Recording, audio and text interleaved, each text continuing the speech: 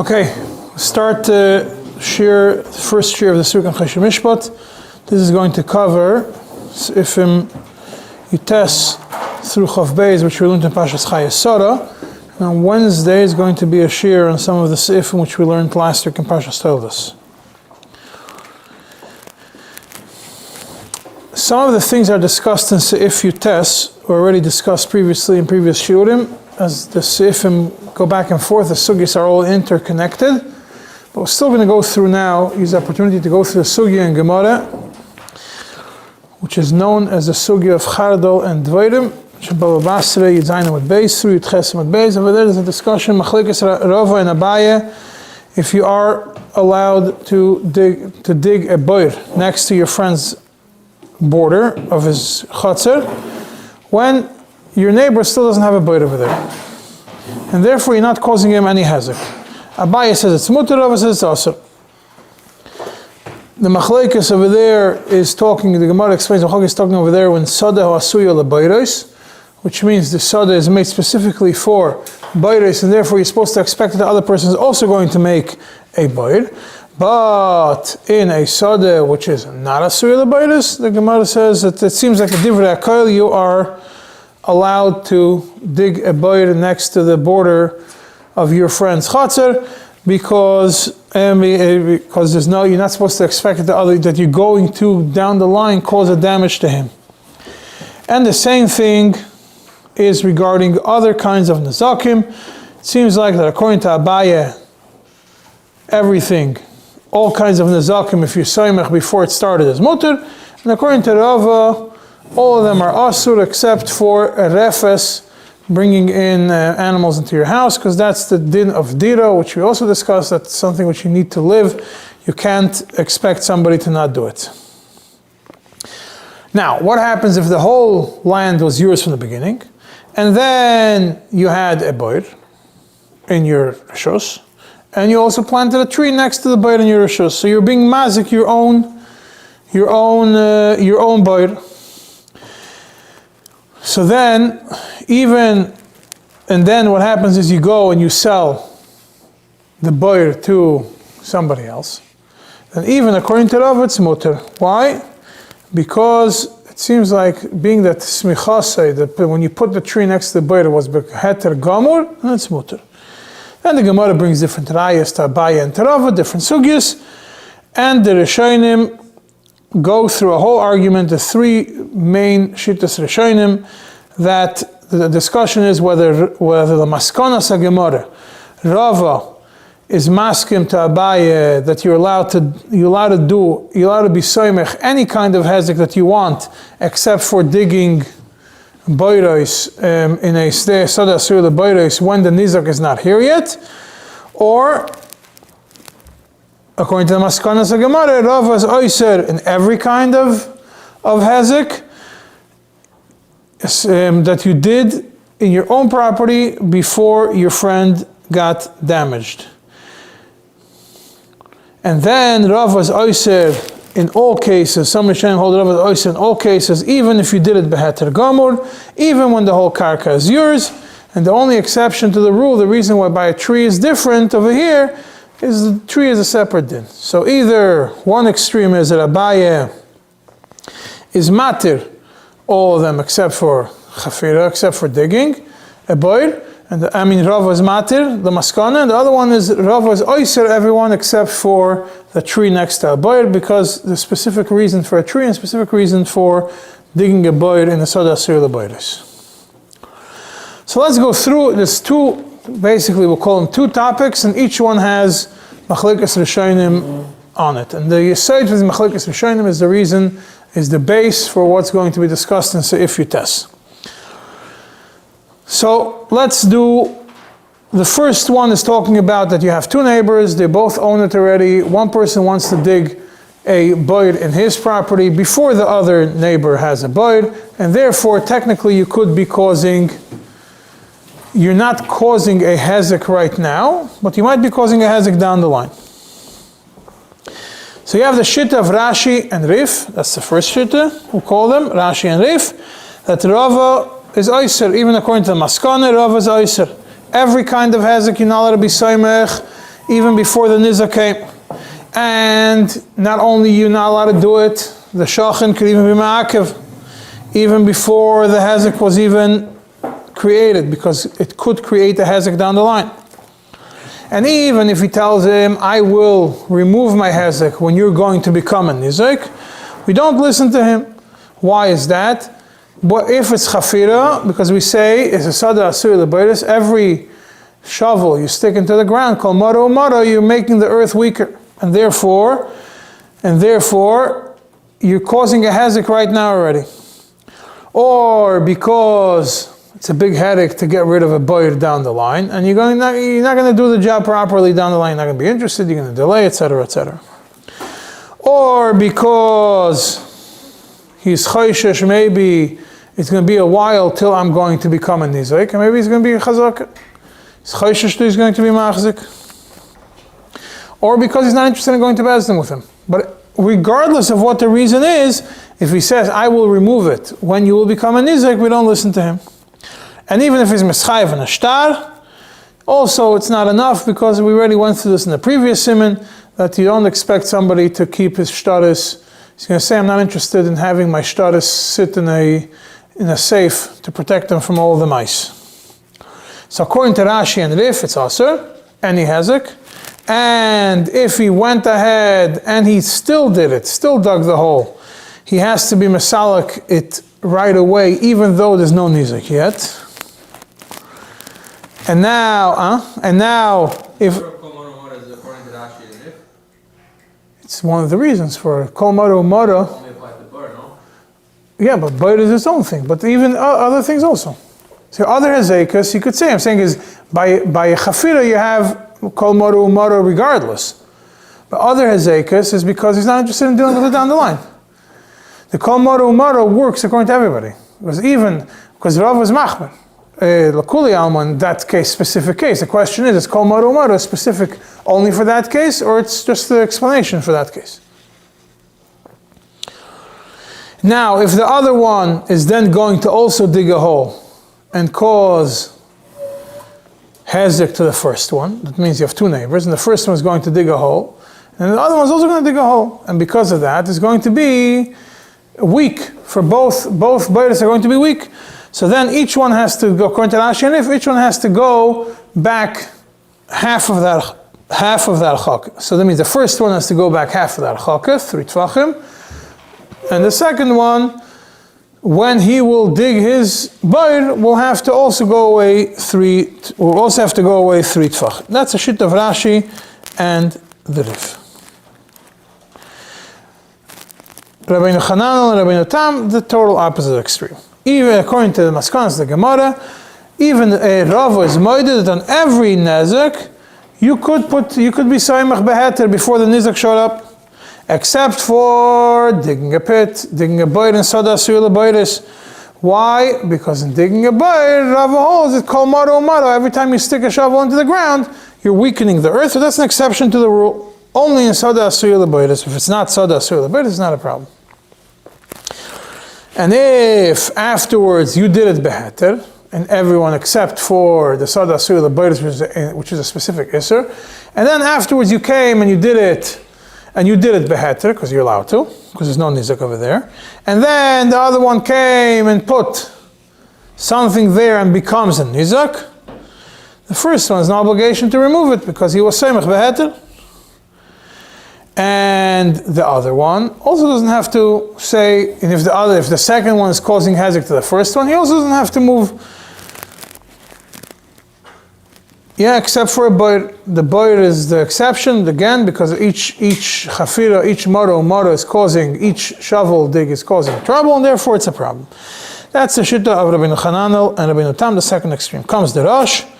The Rosh is in the middle. Okay, you all know this because we learned it in Kuf Nun Daled. And the different sugis were discussed there. We also learned the previous in Kuf Nun Hey. You are allowed to, the Rosh Shitta is you are allowed to be soimech now, because there is no nizak now. However, if down the line the nizak is going to show up and become a nizak from it, so there's different opinions how to understand the Rosh, but most of the people that discuss the Rosh explains that you have to to be marchik. When? If it's gira delay hamischadash. That means it's you're doing something which generates new damage, which generates new damage every time. And there's a das yachid which holds that according to the Rosh you don't have to be marchik even by gira delay, but the majority of the opinions hold that according to the Rosh you are allowed to be saimich now beheter, but down the line when the nizak is going to show up you have to be marchik your hezek if it's gira delay hamischadash. No, mitzad there's no heter to be mitzad. If it's a hezek hamischadash, which we also discussed in the past, hezek hamischadash is no smicha beheter. Not because it's hezek god. Look, there's no hezek hamischadash. There's no smicha beheter, because the smicha was when there's no nizik. If it's gira delay hamischadash, and every moment comes the first day after the person is nizik, you just created a new hezek. That's how Rabbi Akiva Eiger explains it, and the majority of the people who discuss the Rosh understand it that way. Then you have the Ri Migash, which is almost like the Rosh, except for that he's before the Rosh, but he holds that you have to be marchik even if it's not gira delay when the nizik comes down the line. But that is all talking about when the neighbor was there before. When the neighbor was already there. What happens if the neighbor was not there? Which is really what the Sifritas is talking about. That means you own the whole land. So your smicha is samach rishayna was beheter gomu. Because you have a right to dig a bite in your property, and you have a right to dig a second bite in your property next to the first one, if you don't care about the repercussions, and you're allowed to plant trees that they're going to have roots going into the bite, and you're allowed to put your bite next to your basement, and if the water leaks, you can do whatever you want. It's your property. Fully, technically you can do whatever you want. Problem starts when you then go ahead and sell it to somebody else, and then there's a nizoik or a mazik. Sometimes you sell the property which will become damaged. Sometimes you sell the damaging property. Either you sell the property up to by the buyer, so then the other guy gets the buyer, or you sell the property up to the buyer and you get the buyer. But one way or another, there's going to be somebody who's going to be nizik if you do it that way. When you were saimech beheter gamur from the beginning. According to Rashi and Rif, even according to Maskanas Gemara, that by Elon, he says that Elon is an exception to the rule. Elon is the only one you don't have to remove. Every other hezek, the mazik still has to be marchik the hezek, has to fix the hezek. Elon is an exception to the rule. Why? Elon maybe either because they have said merube or because it's tikkun olam. So Elon is a different din. We're later going to see towards the end. I'm going to point out to you that Tzemach Tzedek, which says big chidush of Tzemach Tzedek on this Gemara in Bava Basra in Chidushim al Shas. Let's point out to you that's this nekuda that the din of Hefsed Merube that we use by Elon applies also to Beiris, which is a big chiddush of Tzemach Tzedek, but you should have it in mind because that has nafkaminas l'dina also, if you hold that the Beir also has a din of Hefsed Merube. That's a shit of Rashi and the Rif. That when the Nizok places his tashmishay next to the Dover Hamazik, and now the two separate properties, then Alamazik Laharchik. Rabbeinu Chananel and Rabbeinu Tam, if they held the same when there's two neighbors and the person whose nizik is already there, but the tashmish on nizik is not there yet, and you don't have to move anything. In this case, you for sure don't have to move. You don't have to do anything. Elamai over here, Rabbeinu Chananel and Rabbeinu Tam go a step further. When there's two properties already there, and you are saimech beheter, you don't have to move everything except for a boir. A boir is an exception to the rule, because boir kol maro umaro. But over here, when you owned the whole property, and then you sold it according to Rabbeinu Chananel and Rabbeinu Tam, even by a boir, you don't have to move it away. And when it comes to smicha beheter, the Rosh is maskim with Rabbeinu Chananel and Rabbeinu Tam, that even if it's gira d'lei mischadish, you still don't have to move your property away. there's a din called moicher bain yafu moicher, and therefore why would I sell to you something which is going to get damaged? We say we do not say this din of kol moicher bain yafu moicher so much to say that the moicher, by him selling part of the property, has automatically agreed that he's going to fix any future damages that will be done because of something that he did when he was allowed to do it. The Ramban is the third shitta when it comes to this, when it's you own the whole property together.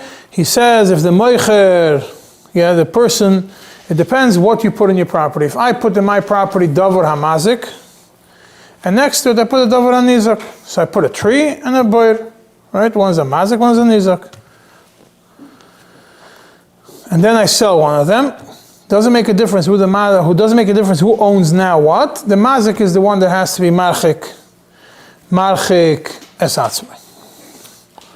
Because when the property was sold, and there was something damaging something else, it's understood that I took upon myself the responsibility by selling a property to you with something which is being damaged. I'm not going to sell you a lemon. I wanted you to have something good. So therefore, if the davar hanizik was already there, and I sold you the davar hanizik, or fakert, if I kept the davar hanizik and sold you the davar hamazik, it was with the understanding that now that we're splitting the properties, something which is mazik is not going to be there anymore. And now, if there was only davar hamazik, whether you sold the davar hamazik or you kept the davar hamazik, and then a davar hanizik appeared next to it, then there's no chiyuv on the mazik to do it. Why? Simple reason. When you bought the property, you knew the davar hamazik was there in the other property. Or when you sold the property, you know that you sold the davar hamazik. Now you went and put a davar hanizik. It's your problem. You shouldn't have. You know what you sold. You know what you bought. You know that it's there. Why you go ahead now and put something which is nizik next to something which is mazik? You know that the other person did it beheter. If the other person did it beheter, he has no obligation to fix it. Now, what is considered gira delay that we're discussing over here? When you put something davar hanizik, and put davar hamazik next to davar hanizik before there was something which was nizik, whether it's with your own, it's two separate properties, or whether it's you sold the whole property. So then there is, according to Taisvis and Rashi and Rif and everybody else, the definition of gira delay is only gira mischadesh. That means when you define gira delay, is not something which is a one-time occurrence. It means you're going to put something and it's just going to stay there, and you're not creating a new damage. It's not continuously damaging, then it's not a problem. But if it's something which continuously creates damage, then it's a problem. According to Ramban, even if you only did it once and you're not actively doing anything, but your action 3 months ago or 3 years ago or 10 years ago is constantly generating residuals of damage, then you still considered gira delay. So we go to Shulchan Aruch. The Shulchan Aruch says if one person digs a boir in his field, and then he goes and he sells half of his field to somebody else, and now the buyer wants to go and dig a boir in his property, so then the leikeach, the buyer, is the one who has to do the full 6 tfachim, or even more, whatever it is, has to be marchik his section of it, even if it's sada asur l'bayros. Why? Kevan the harishin beheter asa shei b'shalei chafar. The first bird that was dug there was done beheter, complete heter. The person owned both parts of land, and he dug in his own thing. And therefore, if you want now to put a davar hanizik, you have to do the full distance from it. The Ramah says the same thing applies to any kind of nezek which requires a chaka. Each one could do in his own property any nezek, any davar hamazik, as long as there's no davar hanizik, except for digging a boir in your own property, which is near a sadeh ha'asuy l'bayros. That is that, and that's what the Ramah says. That's he says he brings to the Torah the name of Rabbeinu Chananel, Taisus, which is Rabbeinu Tam, and the Rosh. And the Ramah says v'yesh chalkim, which is the Rashi and the Rif, which you already know, that you could prevent any kind of, that you could stop somebody from doing any kind of hezek in the other person's chatzir, even if the neighbor does not yet have davar hanizik. The Mechaber says you have to take the distance of you, the Lokeach has to do the full distance, the full 6 Tvachim distance, or whatever. If it's more, it's more. Whatever the distance you have to do. Does the Mechaber paskin like Rabbeinu Hanan and Rabbeinu Tam or not? Seems like he does. The Beira Goylus clearly says that's Kadas Rabbeinu Hanan and Rabbeinu Tam Lazeh Hiskim Arash. Which means that Rabbeinu Hananel, being that the smichase was beheter, gomur, because he owned both parts of the property when the hezek was done, he doesn't have to be marchik even later when the nizoik appears. But if the nizoik is already there, according to the Rosh, you're going to have to move it. But over here, the nizoik was not there yet. The smeh, not here, but in Sifkot 9 Daled, also says, implies that the Mechaber paskins like the Rabbeinu Hananel, Rabbeinu Tam, and the Rosh. And the Nesivus also, Chidushim Sifkot Lamed Hey, also holds that way, and the Nesivus goes further and says that the halacha is like the first shitta in the Ramah, and like the Mechaber, who also, that means the first shitta in the Ramah is not a contradiction to the Mechaber. It's not as if we have the Mechaber first shit in Ramah, second shit of Ramah. You have the Mechaber and the first shit in the Ramah, which is all one thing, which is Rabbeinu Hanan, Rabbeinu Tam, and the Rosh. The second shit, and we don't pass like a second shit of it.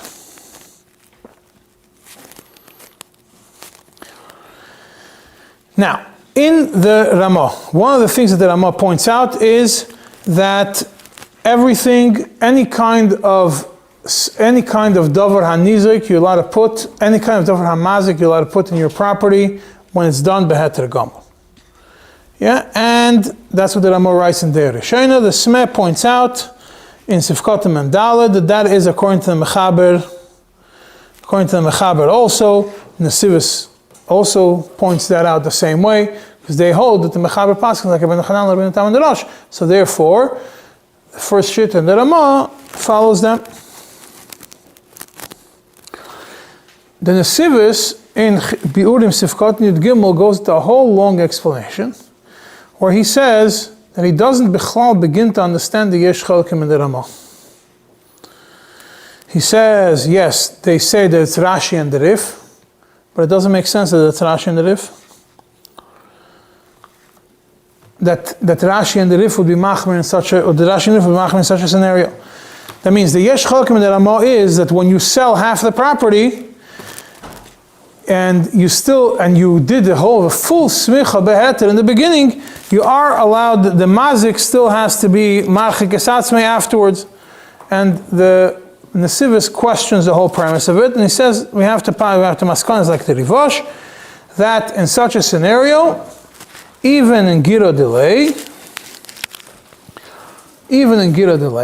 if the smicha rishayna was beheter, and the Nesivus is going to say what the smicha rishayna beheter is, zacha min ha'hefker, or it was on your own property, the other property was not there yet. It means zacha min ha'hefker, and the smell and the Nesivus l'shitosei that he mentions in a bunch of places, that the smicha beheter only applies when it comes from hefker. That's the real explanation of smicha beheter, not stam smicha beheter. Huh? Yeah, smicha beheter is when it comes from hefker. Otherwise, if the other guy is next to you, if there's no dovanizik, it becomes a shiloh, because according to the Rosh, it's a problem. According to the Rosh, you have to remove it down the line if it's gira delay. But if it's mina hefker, then even by gira delay, you don't have to remove it afterwards. No chiddush, he just explained to you. He just points out to you the whole time. And you have to remember that smicha beheter means the heter gomor, not smicha beheter. The smicha beheter could be before this davar nizik. But over here, smicha beheter that's considered a heter gomor, where you don't have to remove anything, any davar amazik afterwards. Even when the nizik shows up over there, the smicha beheter gomor is only when either you're a zeicha from the hefker, or it means the sada next to you was hefker at that point, or that you owned everything. Same thing as hefker. And the Nesivus says that is even according to Rashi. That means Rashi's shitte, Rashi would agree that Mesamech from Hefker, even by Gira delay it's mutter. So when you say Yesh Cholkim, it's not referring to, can't be referring to Rashi and the Rif. And then the Sivas continues and explains us, even according to Matirim, it's only if it's Gira delay, which is not Mischadesh. It means it's not Mischadesh, so it could be even if it's Gira delay, for sure. If it's not Gira delay, for sure, not a problem. If it's something which is Mischadesh, if it's Gira delay Mischadesh, and according to Rashi, technically you could be Me'akev, because it's not a Heter Gomor, but if it's from Hefker, then even according to Rashi and Rif, that is considered a full Heter Gomor. Why? Not because there is no Dover Anizik, because there's no possibility for a Dover Anizik when you do it. It's the way it looks like from the Sivas is that the argument between Rashi Rif and Rabbi Chanan and Rabbi Tam is only when, the way he understands the Machlekes, is only when there is a potential for Dover Anizik. That means Rashi and Rif say that Smicha Beheter does not work when you have a Nizik that could potentially get damaged, even though there is no Dover Anizik yet. But if there's no way that there's a Nizik over here, and there's no way that the Dover Anizik could come into play, if there's no Nizik, there's no Tashmish Shel Nizik, it's not possible there should be Tashmish Shel Nizik. Why? Because it's Mina Hefka, or it's all yours. In such a scenario, even according to Rashi, it wouldn't be so. Therefore, and that's how the Rivosh understands it. The Rivosh was a contemporary of the Beis Yosef. So he says that therefore it's not Shaykh, that he says the Yesh Cholkim of the Ramah doesn't make any sense. There is no Yesh Cholkim on this. The Yesh Cholkim will only be when it's not from Hefker, when it's not the same property. When it's not, when the other person, when the Nizoik, when the potential Nizoik was already there. But not when the Nizoik wasn't even there to begin with. And the Knesset Agdela and Agoy Satur Sifkotin Mem Gimel, and the Sifkotin Mem Hey says that says the same thing, that according to Rashi, if it's Mina Hefker, it's not a problem. And even though the Tur seems to understand it, because Ramah took it from the Tur seems to understand that Rashi and the Rif will disagree in a case when the Smicha was Beheter Gomor, and the Marival also. If you look in the Knesset Agdela, like the ones I mentioned to you, Mem Gimel and Mem Hey and Agoy Satur, he'll explain to you that even Marival will be moide that Rashi holds that it's mutter in the case of Smicha in a complete heter.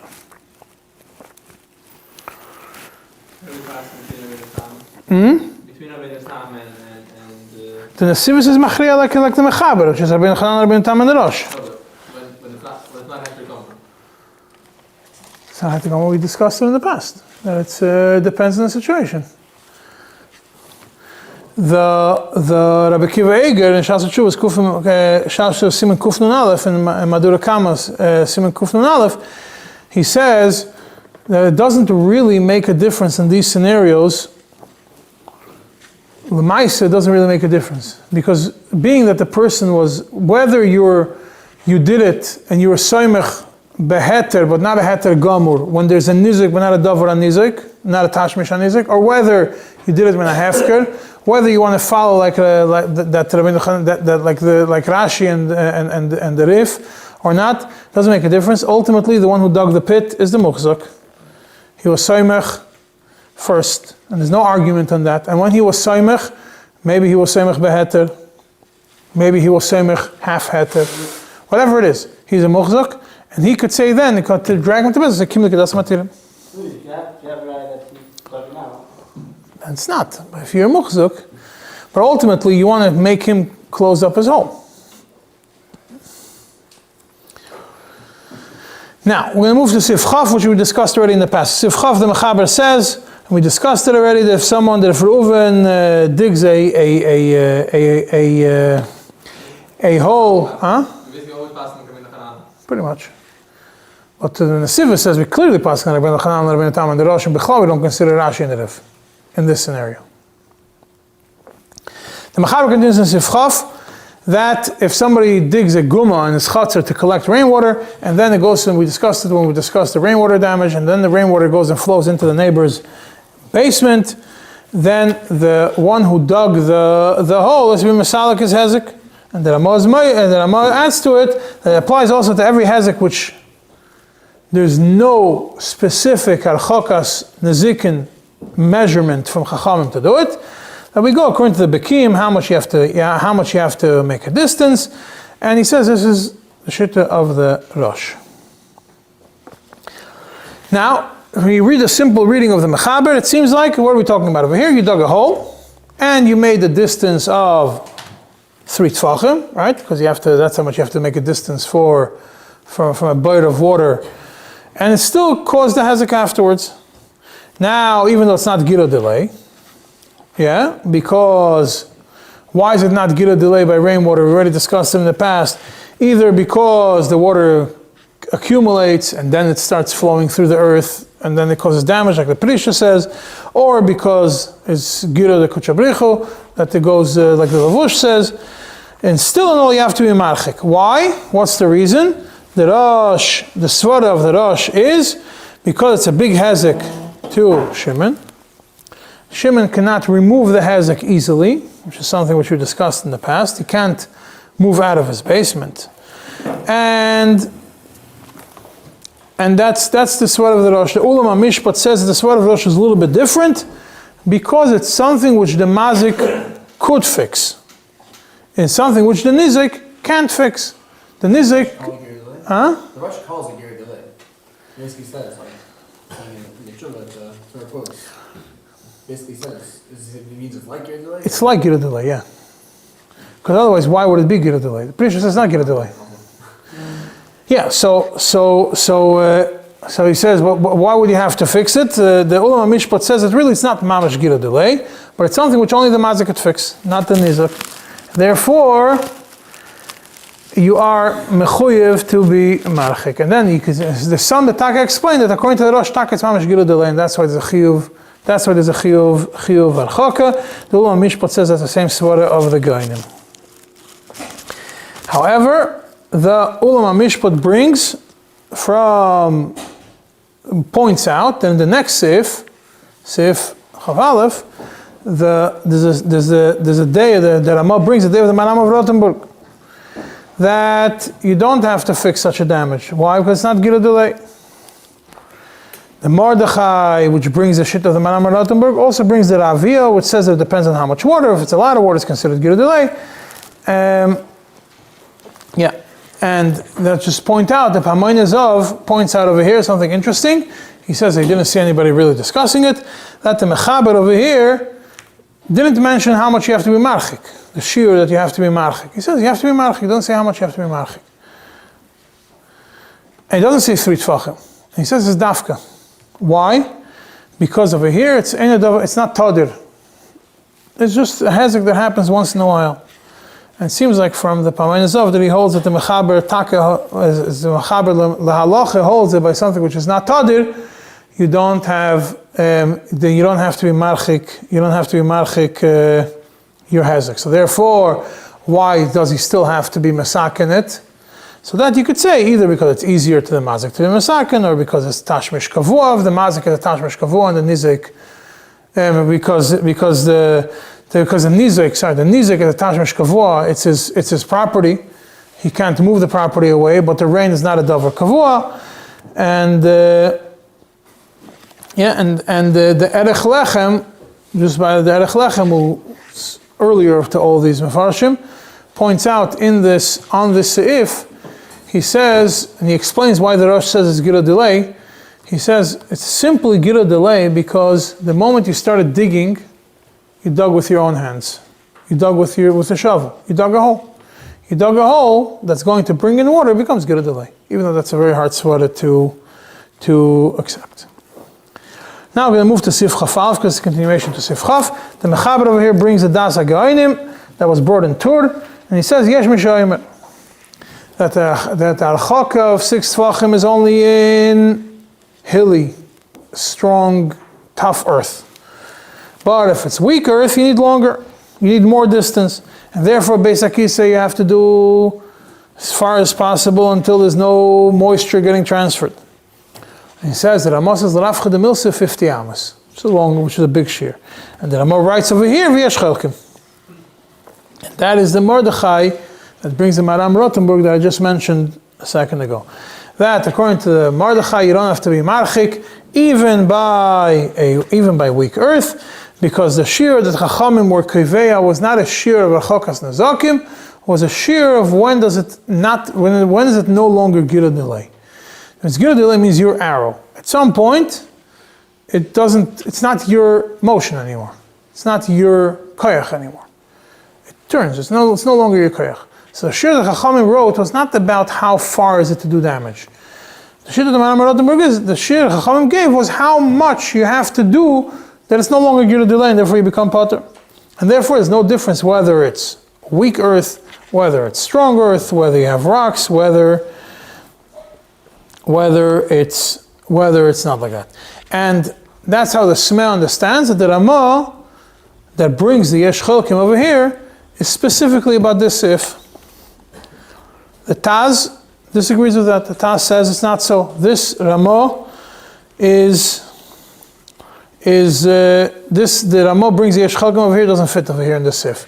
Because the Kuli Alma and even the Mordechai would be moide that you do have to make more harchaka by weak earth. And the Mordechai is talking about a case when there is a tzinor that's bringing water down. And over there, the Nizok could actually make something to protect the tzinor. So then we say 3 tfachim is enough, and if the Nizok says, it's still damaging me, tell the Nizok, go and do something about it. But over here, you can't say that. The Nizok has no way of fixing it. What's the Nizok going to do? He can't insulate his whole basement, redo his whole martef. The water is still going to continue coming in. And which means that the Taz, when he understands, seems like the Taz understood that this Mordechai is talking about one specific case, but the Mordechai is not chaylik on this din. The chaylik is not chaylik on the previous din also by a chayfer guma, that we thought that the Mordechai was chaylik over there, by chayfer guma, according to the Taz, the way Taz understands, it's only a specific case when there's a tzinor, and you could be marchik it, not when the chayfer guma and the water goes through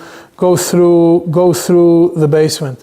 And from the Taz, it's mashma that the Ramah is moide over here, and the Ramah is moide also in Sifchaf, that the amount of archaka that you have to do is depending on how much to prevent damage.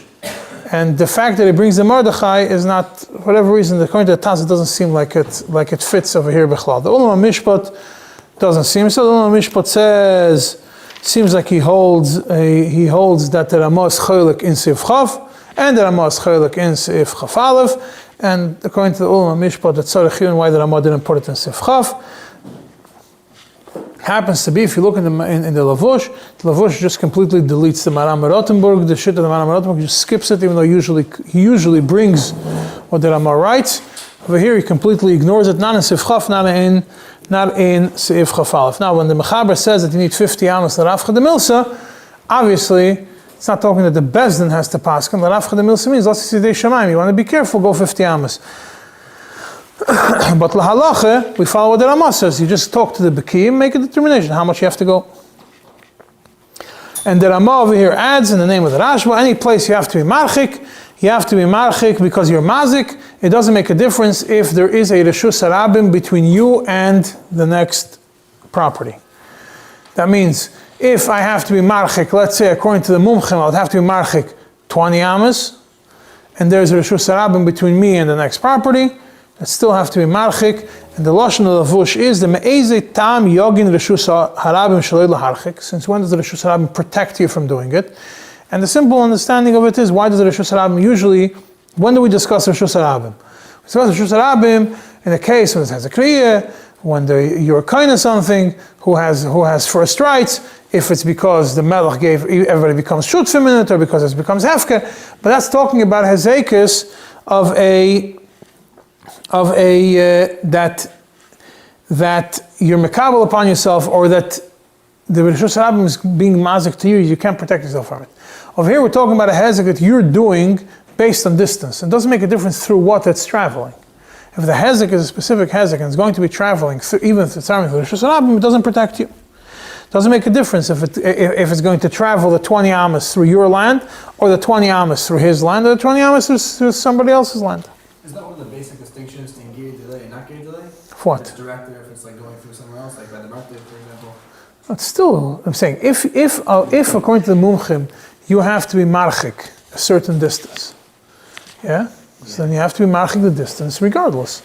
Because if you're, let's use an example. If there's a slope going down. That's what I was saying. You have a slope going down, yeah? And you have a slope, the water is going to go down. If you're going to be mazik, right? Yeah. If it's something which according to halacha you have to be marchik, the way it was built, whether it's shoifchim or whatever it is, it's going to go into the next person, and it's a big hezek. The hilly part of the Rishus Harabim, doesn't make a difference. It doesn't become owned by the Rishus Harabim as it travels. It's still your thing that you shot. If you shoot a bullet through Rishus Harabim, or you shoot an arrow through Rishus Harabim, or you throw a Molotov cocktail through Rishus Harabim and it blows up somebody else's house, you're still chayiv. You can't say that while it flew through Rishus Harabim, the Avir Rishus Harabim was curlated and kluta k'mishahun chadam. We're not talking about chashavas, we're talking about koyach of your hand. So we don't say kluta k'mishahun chadam, it just goes through. It's still yours. It's still your hezek. It's gira delay. The water going, we had before the water going through the wall between you, if you're not and the water going through to the... So that's a discussion if that's considered. The question is if that's we discussed. If that's considered gira delay or not gira delay, depends if you did your responsibility of them fixing the maziv or not. Is that according to the one which that Amar argues also on top? Yeah. That means it doesn't hold with the rush. That if it has a bottle or whatever, what does it mean he argues? That the Mordechai, who he brings over here, also holds over there. You don't have to fix it. Does You- it doesn't hold the rush, then even if it's not getting delayed, even if it has a bottle rush. Yeah. That's how the Olam Mishpat understands him. Yeah. So it seems like from the Olam Mishpat. And you said we passed the Rama, so we're passing We don't pass going to go Olam Mishpat because nobody else agrees with him that the Ramah forgot to put it on Sif Chaf. And even in Sif Chaf Aleph, you have already that not everybody holds that it's even there, that it even belongs there. The Taz B'cha holds that it's the Kuli Alma, you have to do it. And the Maram of Rottenburg is speaking in a very unique case. the next thing is because It's hard to say Kimli when you have a Taz and you have a Levush which completely deletes him, and you have a Taz which says that the Kuli Alma it's fine, and you have a Shailev that Amo was talking, which Sif that Amo was talking about. Sif Chav Beis. This is the Sif we're going to be discussing. We're going to deal with it now. The Mechaber mentions that if you have a Goyren Kavua, so we're going to get to what Goyren Kavua is. A Goyren is a place where you process wheat. You have to take it away from the city 50 amos. Why? So the chaff which flies off from the wheat when you separate the wheat from the stalks and everything else is not going to fly with the wind and cause damage to Bnei Oyer. The Rama adds that if the Goyren, if the wheat place was there before the city was built, then still the Bala Goyren, the owner of the silos where you process it, has to remove his hezek, and the people of the city have to pay whatever it costs to move it further out. So they have to pay for the relocation fees. And if it's a suffix whether the Goyren came first, or the Goyren came before the city, or the Goyren came after the city, you still have to take off the Goyren, you still have to remove it, and then you don't get paid. Then the Rama goes into the din of Adukas, which we're going to get to later, and get to it. So when the Rama continues, the same thing is you should not make the Mechaber says you should not make a Goyren Kavua in your Chatzar unless you have 50 amos in each direction. Now let's discuss this. What is a Goyren Kavua? Analyze this if piece by piece, and then we're going to get to the Dukas. What is a Goyren Kavua? Simple understanding of Goyren Kavua means a permanent, right? That's a simple understanding. You look in the Drisha says, brings from the Rashi, because it's based in the Gemara, that what the definition of kavua, that the only way you could pick up the wheat to get it separated is you need a rachas, you need a tool, a big shovel kind of thing that you pick up the wheat and you throw it up in the air. But if it's a small, that's a goyden kavua. If it's a small goyden, where you don't need to pick it up, rather the wind just blows through it, and the wind blows through the goyden, and there's not a lot of wheat, and the wind blows, it's good air ventilation, the wind is the right direction of wind, the wind blows through it, sends all the chaff up in the air, and that's it, and you have the clean wheat, and it's fine. That's the Rashi explains it. That kavua means that you need a tool to get the wheat up in the air, and goyden cotton, you don't need to. So which goyden do you have to relocate? Only one that is big enough that the wind will not be enough to clean the wheat by itself. Maggid Mishnah says no. What does the Gemara says? That you need a rachas to throw it up. You need to do it. It means that it's so much wheat that you can't do it with your hands. It means it's big, but it's big that you can't just sit there with your hands and throw it up in the air. To be able to get everything processed, you have to use these big shovels. Which means, essentially, according to Rashi, it depends on whether the wind is your assistant or whether the tool is your assistant. And according to the Maggid Mishnah, it depends whether your hand is your assistant or your tool is your assistant. And it's not about how big the goyden is. That means, obviously, it refers to a certain size. According to Rashi, a goyden, which will be a goyden cotton, would refer to a goyden which just a little bit has to do. But the Drisha right away points out that according to the Rif, and according to the Rosh, and according to the Tur, the simple explanation of kavua, they didn't mention this whole discussion about whether you use a tool or you don't use a tool, is the word kavua. Kavua means permanent. That means something which is not temporary. What's the difference temporary and permanent? If you're not talking about a goyden, temporary is having a kaparis shlachters in your backyard. Permanent is opening a shlachters in your backyard for the whole year. That's the difference between permanent and temporary. Or shechting only when you need. That's simple differentiation between permanent and temporary. And even though, Goyden will never be permanent. It's only a certain season of the year. Yeah, but it's there, it's built. That's what permanent means. It's built there, not that you, that's the place where you run the business. First of all, you save it, you keep the wheat the whole year. And you just process it as you need to. And there's two kinds of wheat, where you cover most of the year you can have wheat. Some of it is chadash, but it's not a discussion right now. Now, the Maggid Mishnah wrote it based on the Rambam.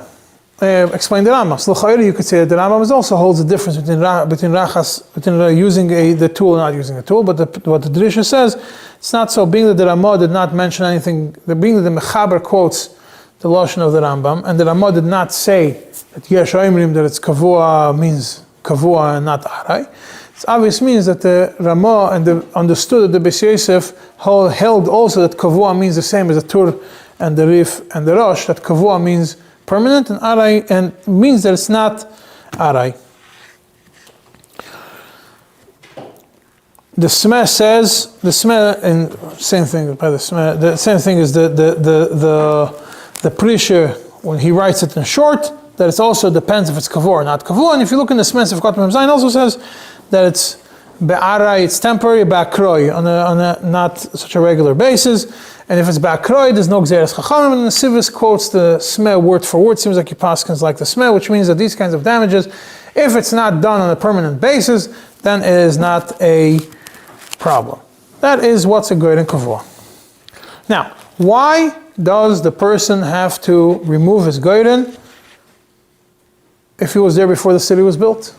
Somach beheter, gamur. Why does he have to move it? Kana mina hefker, whatever you want to say, whichever swara you want to say. Why does he have to move it? The Magen Avraham in Oyer HaChaim Siman Kuf Nun Dalet Sifkot Nachav Gimel brings from the Shas Tshuvas Sheiris Yosef that if somebody has a bathroom, Beis HaKisei, the olden days Beis HaKisei, and then a shul gets built nearby, he has to be marchik his Beis HaKisei. Why? He says, the shani hezeka de rabim hezeka de yachid. Damage to the group, to rabim, is more than the damage to the yachid. And what does he say? What's the raya for it? From the Siman over here, the Ramah over here, and Siman Kuf Nun Hey. Would the bathroom owner have to cover all the expenses of moving it through? If it was kodim, the kol has to. That's what's mashma. The kol has to pay the expenses. And it's mashma from it, well, the eminent domain, that's the idea. The kol wants to take away your house to make a highway, they have to pay for it, the value. Every has it, but they can take it. The aside of eminent domain in halach. And from this we see, from this Ramah, the Ramah, the Magen Avraham, that every hezek, first of all, it seems like every hezek derabim is like that, and that's we're going to get to the story of the Dukos, not only a goyden, and if you kedima beheter gomur doesn't help when it's a hezek derabim. Now, why do you have to pay him for it? Next question. Why do you have to pay him for it? Al pi svara, very simple. I was semich beheter. I did something right. I didn't do anything wrong when I put the goyden over there. And the Bnei Ha'ir then come, and they have a rightful claim that I'm causing them damage. But you have no right to take away from me something that I did rightfully. It's not like I built it fifing you on. I did it without any problem. So what's the big chiddush over here? Makes sense, right? And the Shulchan Aruch is trying to teach you, and this is what the Smeh points out as if Kotam Ches. First, he has to take it down, and then he gets paid. Why?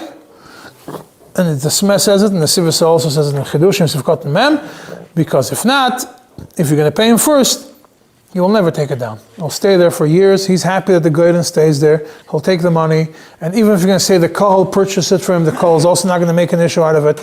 Like this, you make him take it down, and you make him go to Bezdin and get the money. He'll get the money. He'll take it down fast, and when he realizes, he'll go get the money much faster. The Chavas Yoyer and Siman Rishud Gimel points out that if the Bnei Ha'ir tell him, we don't care, we're telling you from the onset, you take it down and we ain't going to pay you, you could take us to Bezdin, it doesn't make a difference to us, then he doesn't have to. It means that he has to take it down first and then get paid is when he knows that he's going to get paid.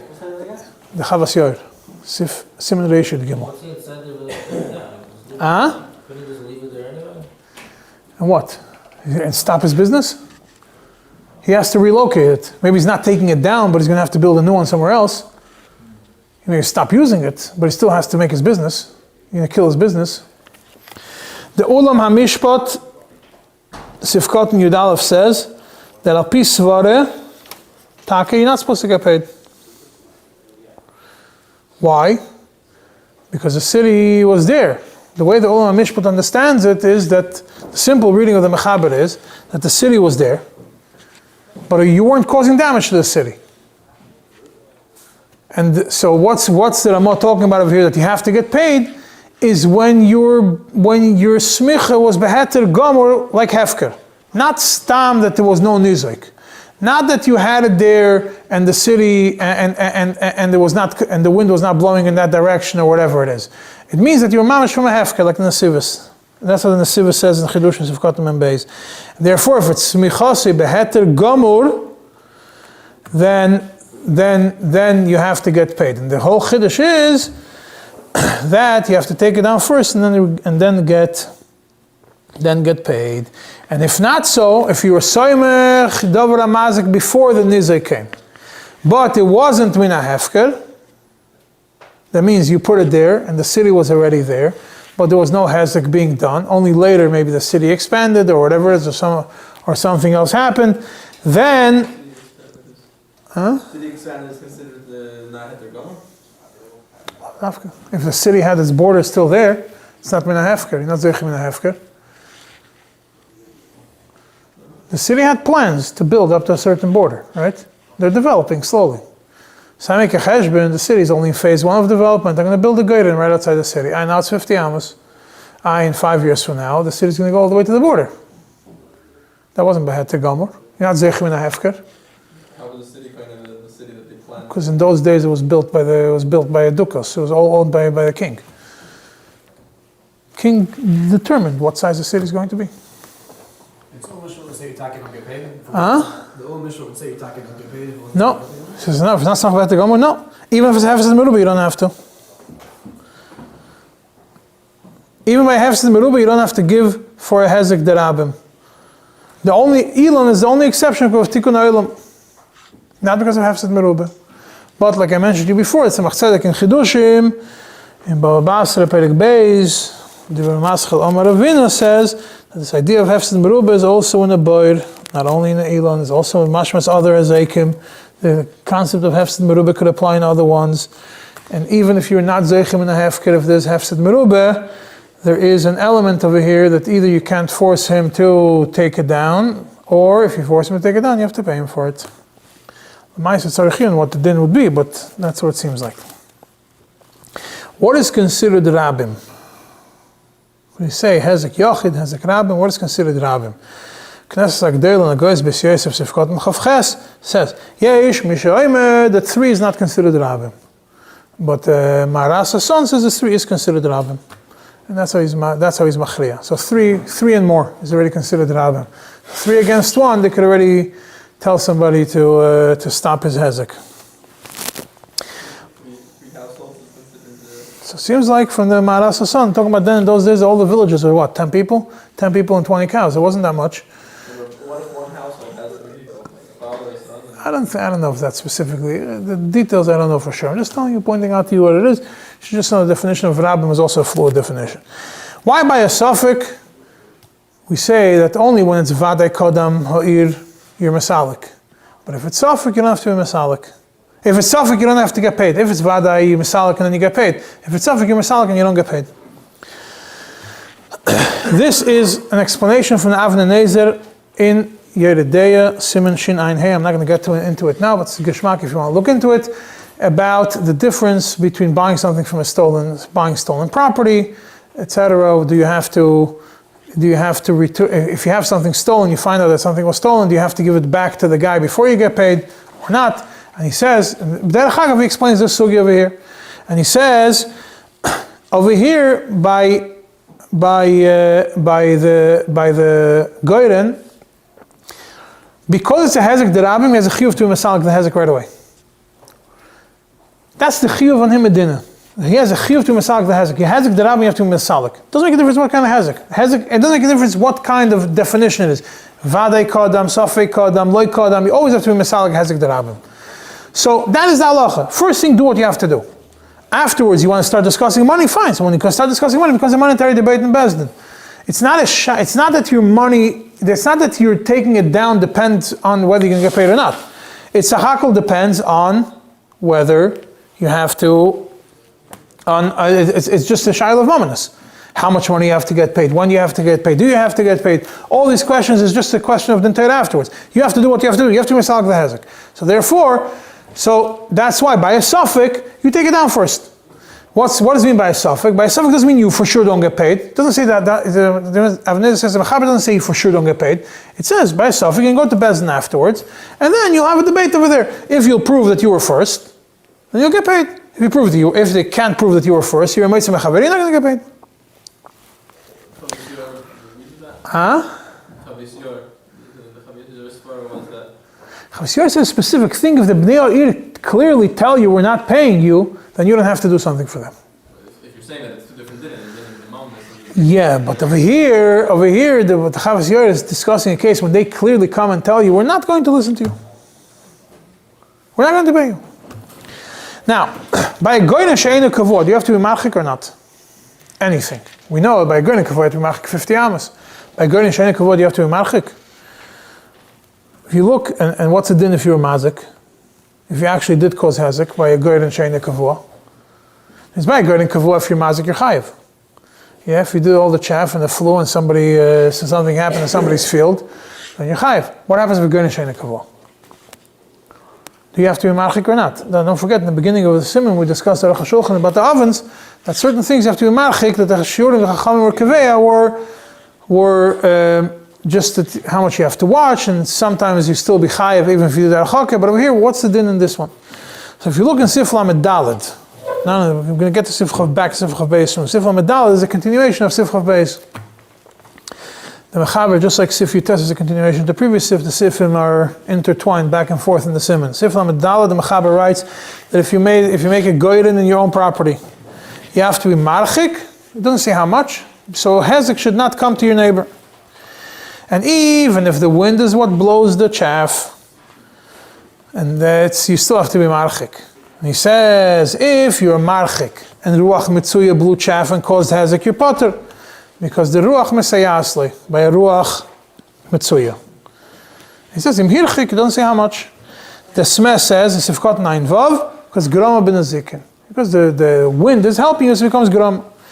The gra over here in Sifkot and Tzad Gimel, something points out something, that even by melacha she'ena kvuah, not only by a goyren is a melacha she'ena kvuah, he says, you have to be marchik b'chdei shelo yazik. That means, in other words, the shiurim that the chachamim were kiveya were in davar kavua, something which is not kavua. So you have to be marchik, just like we discussed regarding the difference between the oven and making a barbecue in your backyard.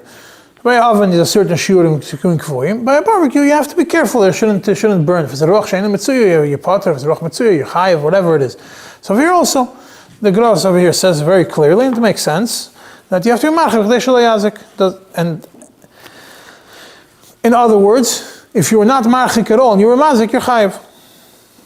By ruach mitzuya. Yeah, because by ruach she'ena mitzuya, you're potter anyways. By ruach mitzuya, you were not marchik enough, you're still chayiv. And if it's ruach she'ena mitzuya, and you cause the hezek, you're potter. If ruach mitzuya will not cause a hezek, but only ruach she'ena mitzuya will cause a hezek, then you don't have to be marchik. And if you are not marchik and you're mazik, you're potter. If you look clearly, this idea is clearly written in the Agoyes Ashri on Piskei Harosh, Baba Basra, Perek Beis, Siman Chav Zayin, that he writes over there. The Rosh writes a discussion when about that if it comes from a ruach you're potter, through ruach you're potter. And Agoyes Ashri points out over there, this is only b'ruach she'ena mitzuya. But ruach mitzuya you're chayev, and he says that's what Rabbeinu Tam writes. That's the mashmos of Rivam and Tosfos. And this thing that ruach that only depends on you only chayev. Chiyuv archak is only by ruach mitzuya, and by default chiyuv tashlum is only by ruach mitzuya. It's clearly written in the Alter Rebbe. Hilchos Niskei Momen Halacha Yudches. The lashon Alter Rebbe is v'chein lo yaseh bechatzeiroi melacha sheyesh bo avak ve'afar. Be'inyon sheruach mitzuya moilcha avak l'shchein l'bein Yerushalayim ve'yazik lohem. Only when it's ruach mitzuya. That's when you have to be. You shouldn't do in your chatzir melacha. It's mashma from it not to do melacha. If you have to do melacha, you have to be marchik. Similar to. It's clearer than what the Gra writes. The Ulam HaMishpat tells you that same idea. He says this is talking about the goyden she'ena kavua. And that's why the Mechaber didn't give you an Ishur Archak. Because if it's a goyden kavua, we don't have to do, the Mechaber doesn't have to write Yarchik kol kach, ruach mitzuya, she'en mitzuya. You have a 50 amas in Shalom Yisrael. It's talking about the goyden she'ena kavua. You're making you're making matzahs for you make one run of matzahs. You want to do it in your chatz. You have to be marchik enough. It shouldn't cause any damage. Huh? By ena kavua? Probably in the mumchim. 50 is a lot. But it's not a complete tour from archaka by ena kavua. Now let's go to the story of the dukas. What happened over here? The Ramah says that from this din that you have to be marchik the goyden from the city, even though you, the Bala goyden, are suffering from it, and you get paid for it afterwards. He says, Yesh Mishaloimed. Who's the Yesh Mishaloimed? Is the Mordechai in Kedushin, and a story which was a dukas. A dukas is a duk. The duk came to people in a big city. He tells the people in the big city, you guys here are responsible to make sure that every single person who lives in the smaller city has to come live with you. And if not, because there's the Duke was in charge of a bunch of big cities and small cities. So he had the big city, the capital city. And he also has a bunch of villages where little ministers lived. Ran the show, little appointed people.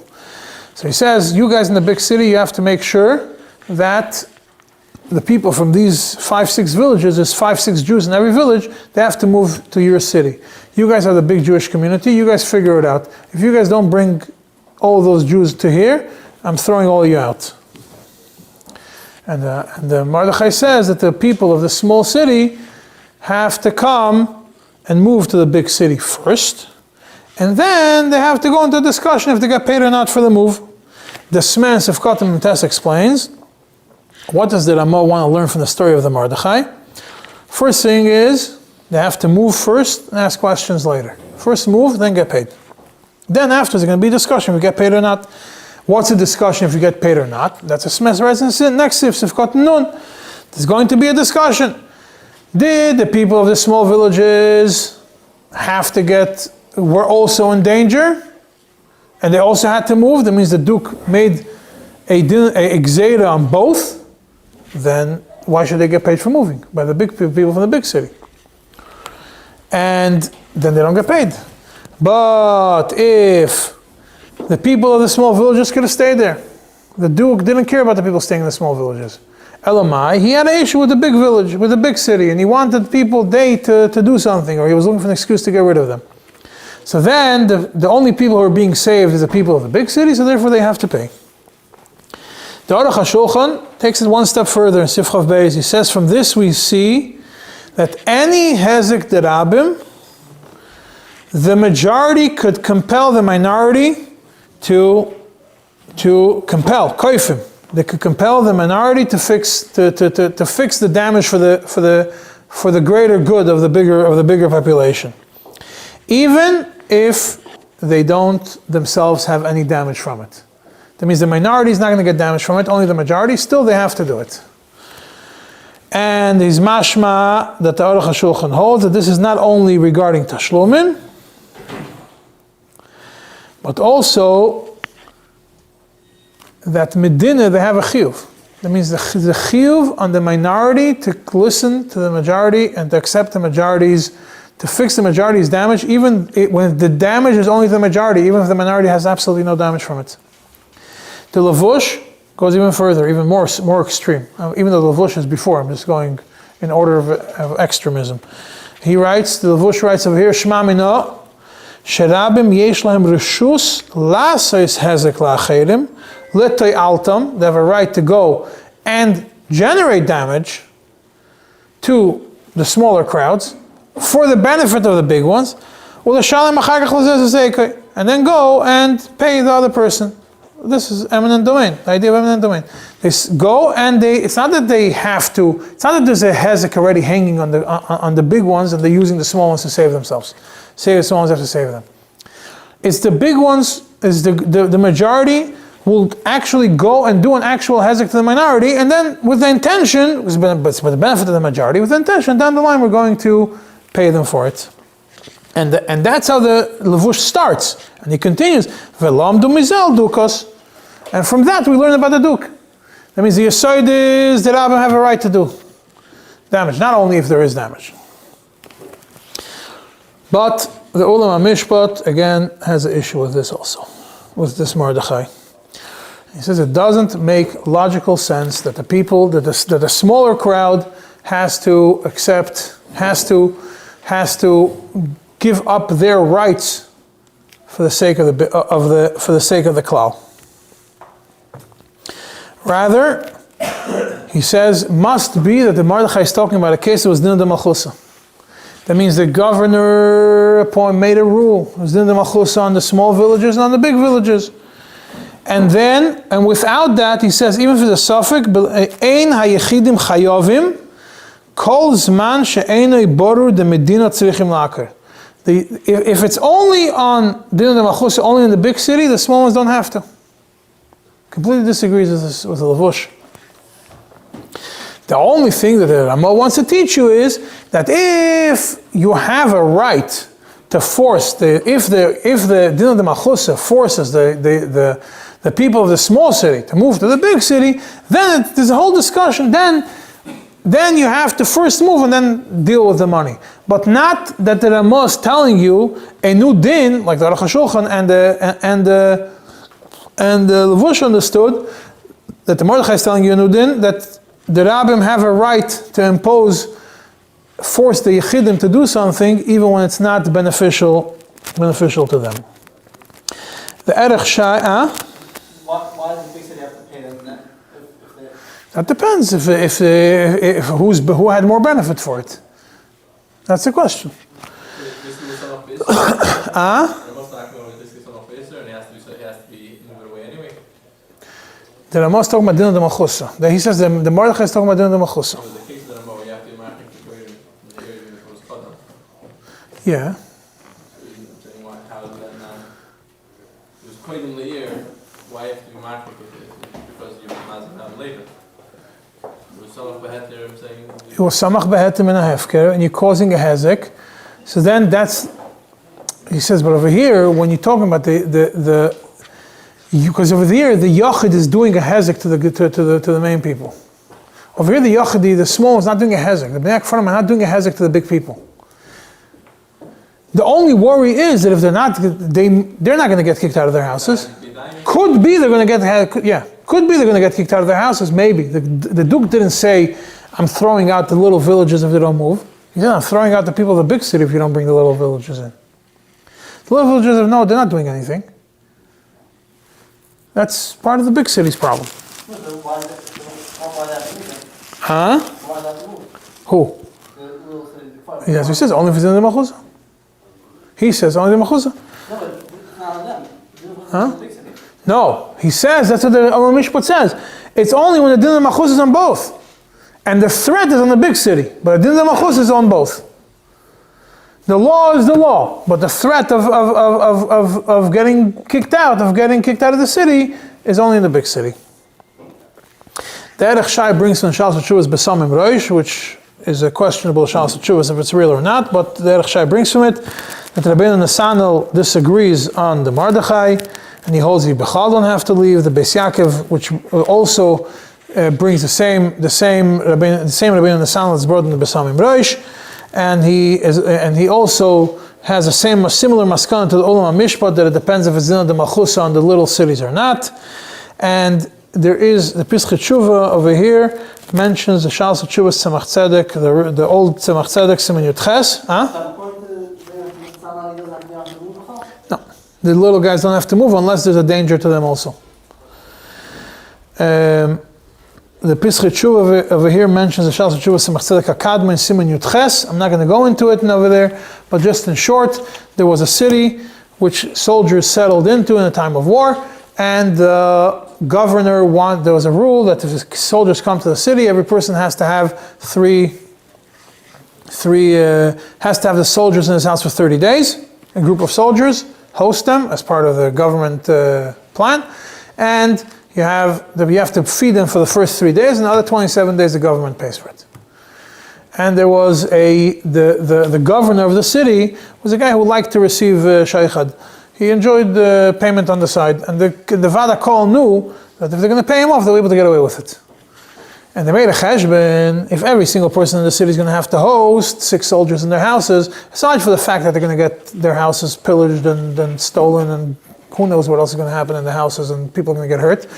Also, the cost of food for 3 days and the cost of heating and everything else will end up being double of what they'll have to pay the Moshel, or they'll have to pay the governor to pay him off, to not put any soldiers in the Yid. And they decided that they want to do it. And there was a certain price that they had to do. And the rich people said, we don't want to do it. We only agree if the payment is split equally between everybody. Not that you're going to come after us rich people, that we should pay everything. And they went to this Tzemach Tzedek Akadman, the Menachem Mendel of Niklasburg, and he had the tshuva, he had the shaila, and he answered that based on this story, that they have a chiyuv to misalik. The city has to be mispasher with the mayor first, and afterwards let them negotiate with the rich people. Because the rich people said, we're not going to be masculine, and we're going to vote against it unless you tell us from the onset that each person is going to pay his fair share. And the Tzemach Tzedek over here says, no, first, based on this Ramah, there's damages to everyone. The rich people are going to get more damage because by the poor people there's nothing to steal. So the rich people are going to have much more, there's much more to steal from them. So really they should be the ones paying everything. L'chayra. But first, settle with the mayor. After you settle with the mayor, we'll work out who pays what. That will finish this. We don't pass on a Golan Mishpat.